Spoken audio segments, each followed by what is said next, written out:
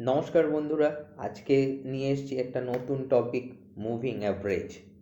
Moving অ্যাভারেজের কিছু secret tips আছে যেগুলো সাহায্য করবে শিওর প্রফিট করতে। তো চলুন আমি শুরু করছি আজকের টপিক মুভিং অ্যাভারেজ। অ্যান্ড এই চ্যানেলটি মেন্টার্স ফিনোলজি, এই মেন্টার্স ফিনোলজিতে আপনারা দেখছেন মুভিং অ্যাভারেজ।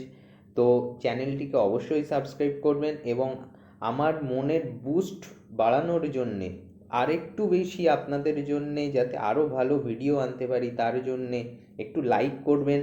আর যদি কিছু কমেন্টে আমাকে জানান আপনাদের কি ভালো লাগছে, আরও কি হলে বেশি ভালো লাগে, তো সেগুলো অবশ্যই আমাকে যেন কমেন্ট করে জানাবেন। তো দেরি না করে চলুন শুরু করা যাক moving average. Moving average technical অ্যানালিসিসের একটি খুব গুরুত্বপূর্ণ বিষয়।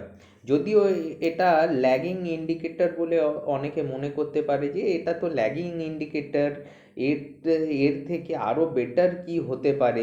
তো এটাকে যেন কখনোই মনে করবেন না যে ল্যাগিং মানে আপনাকে ল্যাগে ফেলে দেবে। না, এটা আপনাকে শিওর প্রফিট করতে সাহায্য করবে। এর ওয়েটেজটা কিন্তু কম নয়। তো ল্যাগিং ইন্ডিকেটর বলে আসলে এটাকে এই পেছনের হিস্টোরিক্যাল ডেটাগুলোকে অ্যানালাইজ করে একটা গ্রাফ দেয় এটা।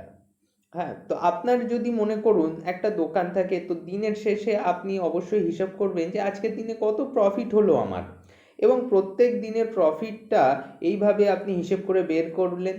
ধরুন 30 দিনের প্রফিট আপনি যোগ করলেন, তো তার মানে আপনি একটা মান্থলি প্রফিট পেলেন। এই মান্থলি প্রফিটটাকে 30 দিয়ে ভাগ করলে তাহলে আপনি প্রত্যেক দিনের একটা অ্যাভারেজ প্রফিট পেলেন। তো এখন আজকে আপনার কত প্রফিট হলো, সেই প্রফিটটা অ্যাভারেজ প্রফিটের থেকে বেশি না কম? ধরুন বেশি হলো, তাহলে আপনার কি মনে হবে? না, এটা নিশ্চয়ই ভালো হলো, অন্য দিনের থেকে আজকের ব্যবসাটা আমার একটু ভালো হলো। তো যদি এর থেকে কম হয় তাহলে আপনি মনে করবেন যে হ্যাঁ, আজকে মনে হয় একটু খারাপ হলো। হ্যাঁ, তো এখন মনে করুন মার্কেটেরও এই রকম কিছু বেসিক ক্রাইটেরিয়া আছে। তো এই আমরাও মার্কেটে প্রত্যেকটা শেয়ারের একটা অ্যাভারেজ বার করি, কিন্তু এখানে আমরা বলছি মুভিং অ্যাভারেজ। কেন মুভিং অ্যাভারেজ আমরা এটাকে বলছি? মুভিং অ্যাভারেজ আমরা এই জন্যেই বলছি যে আমার কাছে 7 দিনের ডেটা আছে। 7 দিনের এই ডেটার মধ্যে আমি কি করছি যে প্রথম 5 দিনের ডেটাকে আমি যোগ করছি, যোগ করে যেটা আসছে সাম বাই 5 দিয়ে আমি ভাগ করে দিলাম। তাহলে আমি কত পেলাম? না, এই 5 দিনের অ্যাভারেজ। তো এবারে যদি আমি ষষ্ঠ দিনটাকে ক্যালকুলেট করি, তাহলে কি করব? এই প্রথম দিনটাকে বাদ দিয়ে দেবো, তাহলে আবার সেই 5 দিন। এরপরে যদি সপ্তম দিনটাকে নিই, তাহলে এখান থেকে 2 থেকে শুরু করে 7 পর্যন্ত এই 5 দিন। এইভাবেই আমরা নিতে থাকব। তো এই যে মুভ করছে, 5 দিনের ডেটাই নিচ্ছি, কিন্তু পর পর পর পর পর পর 5 দিন, পর পর 5 দিন এইভাবে পেছনেরটাকে ছেড়ে দিয়ে সামনেরটাকে নিচ্ছি। তো এই জন্যেই এটাকে বলছে মুভিং, মানে প্রত্যেকটা দিন যখন একদিন করে বেড়ে যাচ্ছে তখন পিছনের একদিনের ডেটাটাকে আমরা বাদ দিয়ে দিচ্ছি। এজন্যেই আমরা এটাকে মুভিং অ্যাভারেজ বলছি। তো মুভিং অ্যাভারেজ বেসিক্যালি দুই ধরনের, একটা হচ্ছে সিম্পল মুভিং অ্যাভারেজ নেওয়া হয়, আর একটা হচ্ছে এক্সপোনেনশিয়াল মুভিং অ্যাভারেজ নেওয়া হয়। তো জেনে নেওয়া যাক যে সিম্পল মুভিং অ্যাভারেজটা কি। তো সিম্পল মুভিং অ্যাভারেজ হচ্ছে সেই জিনিসটা, ধরুন আমার 5 দিনের ডেটা আছে, এই 5 দিনের ডেটা যেটা হলো সেই 5 দিনের ডেটাটাকে যোগ করে আমি 5 দিয়ে ভাগ করে দিচ্ছি। তাহলে আমরা কি পাচ্ছি? যে মুভিং অ্যাভারেজটা পাচ্ছি সেটা হচ্ছে আমার সিম্পল মুভিং অ্যাভারেজ। এখানে আমি আজকের দিনটাকেও যত ভ্যালু দিচ্ছি, যে ওয়েটেজটা দিচ্ছি, এই ফিফথ ডেটাকেও আমি সেম ওয়েটেজ দিচ্ছি।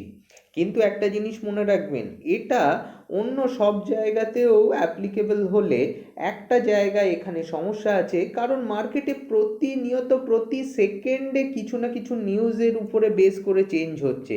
তাহলে আমার আজকের দিনের যে ডেটাটা আমি পাচ্ছি সেটা তার ওয়েটেজ সব থেকে বেশি, কারণ আজকের কোনো নিউজের জন্যে যদি কোনো চেঞ্জ হয়ে থাকে সেটার ক্যালকুলেশন সিম্পল মুভিং অ্যাভারেজে আসবে না। এই জন্যে আমরা এক্সপোনেনশিয়ালটাই নেব। তো এক্সপোনেনশিয়ালের ক্যালকুলেশনটা অনেক বড়, সো ক্যালকুলেশনের দরকার নেই। আমরা এটা যে ইন্ডিকেটরটা আছে মুভিং অ্যাভারেজ, সেই মুভিং অ্যাভারেজ ইন্ডিকেটরের মধ্যে আমরা যেখানে এক্সপোনেনশিয়ালটা আছে আমরা এক্সপোনেনশিয়ালটাকেই আমরা নেব। তো এক্সপোনেনশিয়াল নেওয়ার সুবিধে কি না, আজকের ডেটাটার ওয়েটেজ সব থেকে বেশি দেবে, গতকালকেরটা আরেকটু কম, তারপরের দিনটা আরেকটু কম, তারপরের দিনটা আরেকটু কম। এবারে আপনি কত দিনের নেবেন সেটা ডিপেন্ড করছে আপনার উপরে। 9 দিনের নিতে পারেন, আপনি 5 দিনের নিতে পারেন, আপনি 21 দিনের নিতে পারেন, আপনি 44 ডেজের নিতে পারেন, 50 ডেজের নিতে পারেন, 100 ডেজের নিতে পারেন, 200 ডেজের নিতে পারেন। তো কোনটা কখন নিতে হবে সেটা ডিপেন্ড করছে সম্পূর্ণ আপনার উপরে এবং কন্ডিশনের উপরে। তো আমার কথা যদি বলেন, আমি জেনারেলি শর্ট টার্মের জন্য দেখে থাকি 21 ডেজ, মিড টার্মের জন্য দেখে থাকি 44 ডেজ এবং লং টার্মের জন্য 200 ডেজ। এখন এই মুভিং অ্যাভারেজ নিয়ে আমরা বেসিক্যালি কি করি? মুভিং অ্যাভারেজ নিয়ে আমরা বেসিক্যালি দেখি যে এর এই কদিনের মুভিং কেমন আছে। ধরা যাক আমার 21 ডেজের যে মুভিং অ্যাভারেজ হলো সেটা হলো এই রকম, এবং 44 ডেজের মুভিং অ্যাভারেজ যেটা হলো সেটা হলো এই রকম। তো এখানে এখন ধরে নেওয়া যাক আমার 44 ডেজের মুভিং অ্যাভারেজ আসলো এইরকম, এবং 21 ডেজের মুভিং অ্যাভারেজ আসলো এইরকম। মানে এটা হচ্ছে 21 ডেজ, এটা হচ্ছে 44 ডেজ। তো ছোট দিনের কম সংখ্যক দিনের যে মুভিং অ্যাভারেজ যদি বেশি দিনের মুভিং অ্যাভারেজকে ক্রস ওভার করে, তাহলে এই ক্রস ওভারটাকে বলা হয় বুলিশ ক্রস ওভার। এই ক্রস ওভারটাকে বলা হচ্ছে বুলিশ ক্রস ওভার।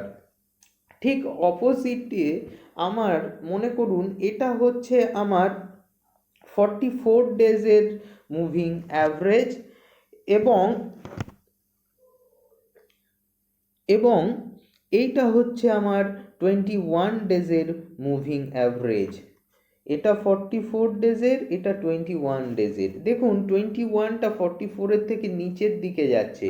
তো এই ক্রস ওভার যেটা হলো, এই ক্রস ওভারটাকে বলা হয় বুলিশ ক্রস ওভার, এবং এই ক্রস ওভারে সেল সিগন্যাল জেনারেট হয়। এছাড়া এর আগের যে ক্রস ওভারটা দেখালাম যেটা কিনা বুলিশ ক্রস ওভার ছিল, সেটাতে বাই সিগন্যাল জেনারেট হয়। সরি, একটা জিনিস আমি ছোট্ট এখানে ভুল বলেছি। 44 ডেজ মুভিং অ্যাভারেজকে যখন 21 ডেজ মুভিং অ্যাভারেজ নিচের দিকে কাট করছে, তখন এটা হচ্ছে বেয়ারিশ ক্রস ওভার। সো একটা হলো বেয়ারিশ ক্রস ওভার আর একটা হলো বুলিশ ক্রস ওভার। তো আমরা এখান থেকে কি কি জানতে পারি? আমরা এখান থেকে জানতে পারি মার্কেটটা কতটা উইক না কতটা স্ট্রং। যেমন একটু আগেই দেখলেন, যদি বেয়ারিশ ক্রস ওভার হয় তাহলে আমরা অবশ্যই বুঝবো যে এটা বেয়ারিশ ক্রস ওভার হয়েছে, মানে মার্কেট এখন উইক মার্কেট, এখন সেল হবে। স্ট্রং কখন হবে? যখন মনে করা যাক 200 ডেজের মুভিং অ্যাভারেজকে যদি 44 ডেজের মুভিং অ্যাভারেজ কাট করে, 200 ডেজের মুভিং অ্যাভারেজকে 44 ডেজের মুভিং অ্যাভারেজ যদি এইভাবে কাট করে, তাহলে তখন সেটা হবে স্ট্রং মার্কেট, মানে বাই সিগন্যাল জেনারেট হলো। এটা থেকে আপনি অবশ্যই কারেক্ট এন্ট্রি এবং এক্সিট টাইম জানতে পারবেন, কারণ কি, কখন বুলিশ ক্রস ওভার হচ্ছে, বুলিশ ক্রস ওভার হওয়া মানেই আপনি বাই করবেন, এবং বেয়ারিশ ক্রস ওভার হওয়া মানে আপনি সেল করবেন।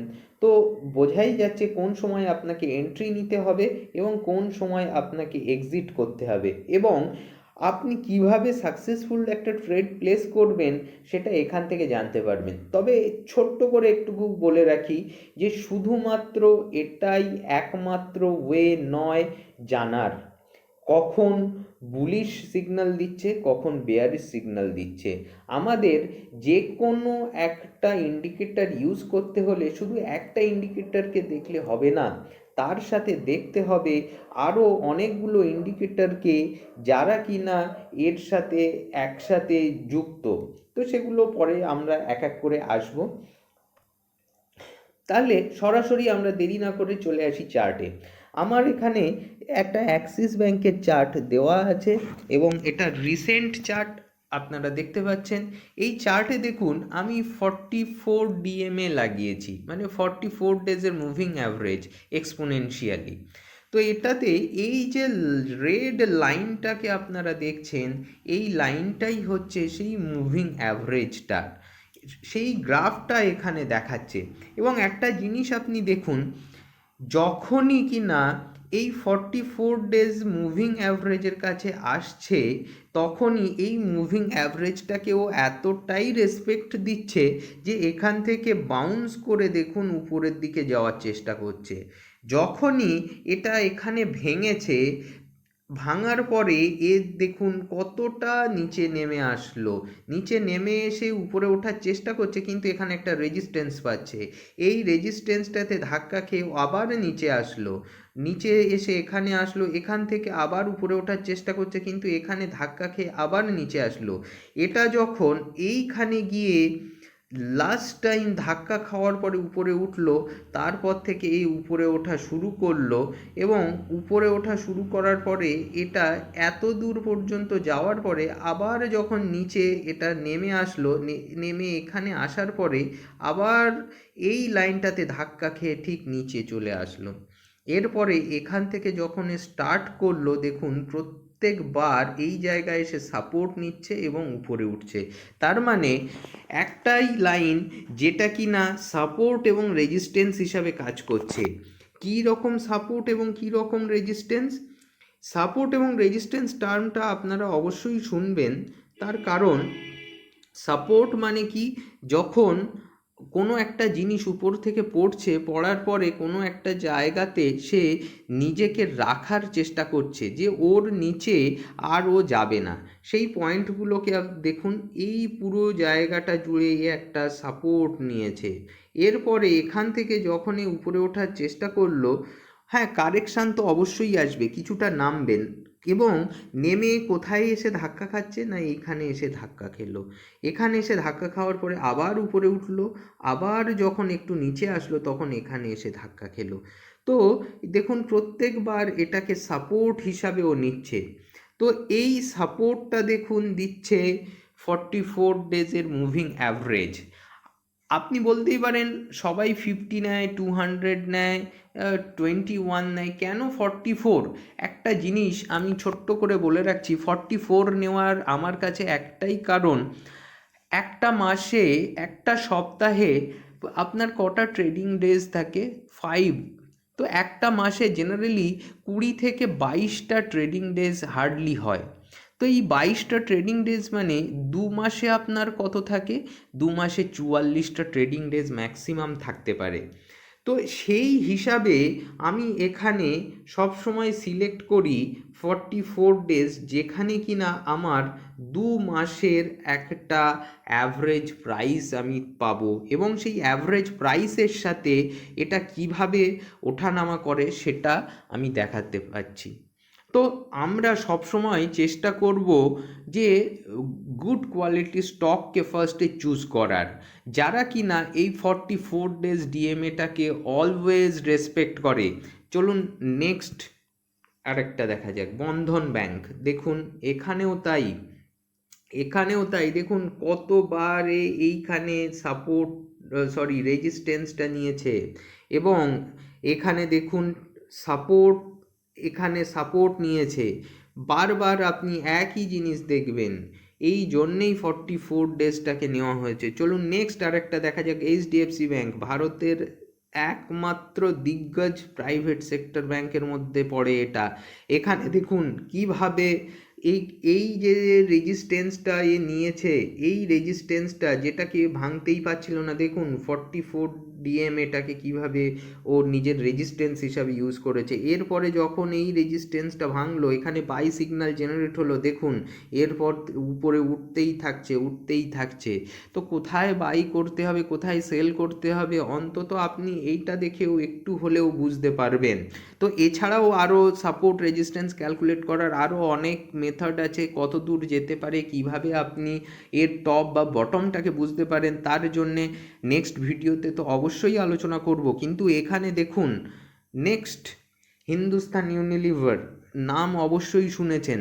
হিন্দুস্তান ইউনিলিভারের প্রচুর প্রোডাক্ট আছে, লাইফ বয় সাবান, মানে যেটা তো ভারতবর্ষের একটা বিখ্যাত। তো দেখুন প্রত্যেকটা জায়গায় দেখুন এই 44 ডিএম এটা কীভাবে বারবার সাপোর্টের এবং রেজিস্ট্যান্সের কাজ করেছে। তো এই জিনিসটা শুধু আমি বলছি বলে নয়, আপনি নিজেও দেখুন, প্রত্যেকটা স্টকের উপরে চেক করে দেখুন, নিফটি ফিফটির প্রত্যেকটা স্টকের উপরে দেখুন, দেখবেন এরা সব সময় এই 44 ডেজ ডিএমএটাকে অবশ্যই রেসপেক্ট করছে। নেক্সট, একটু আগেই বলেছিলাম যে বুলিশ ক্রস ওভার আর বেয়ারিশ ক্রস ওভারটাকে আপনি কিভাবে দেখবেন। তো দেখুন এখানে আমি দুটো মুভিং অ্যাভারেজ লাগিয়েছি। সবুজ যে লাইনটা আছে এটা হচ্ছে 21 ডেজের, আর লাল যে লাইনটা আছে এটা হচ্ছে 44 ডেজের।